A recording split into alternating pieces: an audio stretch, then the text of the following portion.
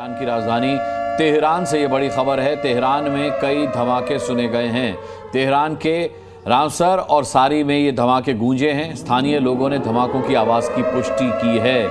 यानी जिस तरीके से इजराइल ने कहा था कि हम ईरान के दिल को तबाह करेंगे, तेहरान में ये धमाके सुने गए हैं। नेवल कैप्टन श्याम, आपने यूरेनियम सुरक्षित होने की बात तो कही थी, लेकिन अब ये भी बताइए कि ये चल क्या रहा है। सीज फायर, ये कैसा सीज फायर है? ईरान धमाके करता है, मिसाइल अटैक करता है और फिर डिनाई कर देता है कि वो हमने हमला नहीं किया। अब इजराइल ईरान के तेहरान में धमाके कर रहा है। उधर हाथ जोड़े खड़े हुए हैं डोनाल्ड ट्रंप, कह रहे हैं कि अब कोई भी वायलेशन न करे सीज फायर का, लेकिन लगातार सीज फायर का उल्लंघन हो रहा है। ये हो क्या रहा है? धन्यवाद। जय हिंद सर्ववर्णा। अनुराग जी, देखिए 3 टर्म है जो एक कंक्लूड करता है इसको। पहला तो कि ये दंभ जो खलीफा का, कि मैं इधर का खलीफा हूं और उसको दंड देना इजराइल का, तो ये दंभ को दंड और उसके बाद अमेरिका का द्वंद, ये जो 3 द हैं, इस पर ये पूरे की पूरी नैरेटिव लिखी जा रही है। आइसबर्ग जैसे होता है ना समुद्र में, मैं देखता हूं वहां जितना बड़ा ऊपर होता है उससे करीब 3 गुना बड़ा नीचे होता है। तो ये तो टिप ऑफ आइसबर्ग जो है वो लड़ाई, मिलिट्री जो लड़ाई हो रही है उसके अंदर कई सारे अजीब घटनाएं चल रही हैं जिसकी अलग अलग नैरेटिव है और जिसका हम आकलन कर रहे हैं। तो इसमें मैं आपको कह दूं कि जितने भी गिमिक्स, जितने भी डाइवर्जनरी टैक्टिक्स ट्रंप ने किए थे पिछले 12 दिनों से, उसका ही एक और नमूना उन्होंने ये सीज फायर के रूप में दिया है। तो इसलिए मैं कह रहा हूं कि जो ऑब्जेक्टिव्स थी इजराइल की, कि पहले यूरेनियम इनरिचमेंट को खत्म करना, दूसरा मिसाइल के खेपों को खत्म करना, और तीसरा जो बुराई की धुरी ईरान, जिसमें रेडिकलाइजेशन है, जो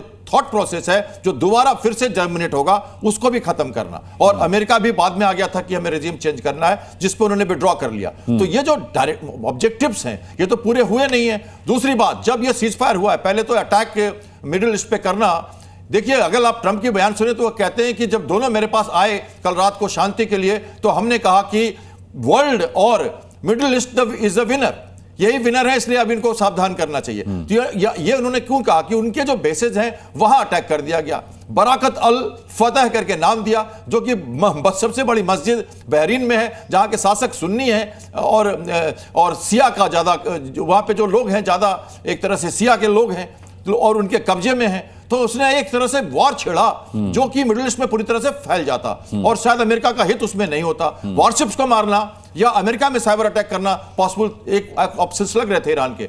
जो उसने कतार पे खेल दिया वो एक अजीब था घटना, जिसके लिए लगा अमेरिका को कि अब मैं कुछ करके रोकूं। अब ये बात बताओ, ईरान के टेलीविजन ने कहा है कि हमने सीज फायर किया है, उनके किसी लीडर ने तो नहीं कहा। कतार और अमेरिका बात किए जा रहे हैं, वो अपनी बात कह रहे हैं। जैसे अभी हम सुन रहे थे पैनलिस्ट को, नेतन्याहू ने अभी तक कोई बयान तो दिया नहीं है कहीं से कोई। दूसरी बात, सीज फायर से पहले किसी से किसी की बात ही नहीं हुई, किसी तरह की कोई घटना ही नहीं हुई। सीधा बोलना कि मैं आकलन कर रहा हूं, पूरी रात वो सिचुएशन रूम में रहे कल, और उसके बाद उन्होंने सबसे लंबी बैठक की अपने शासनकाल की, और उसके बाद उन्होंने आकलन में यही कहा कि सीज फायर।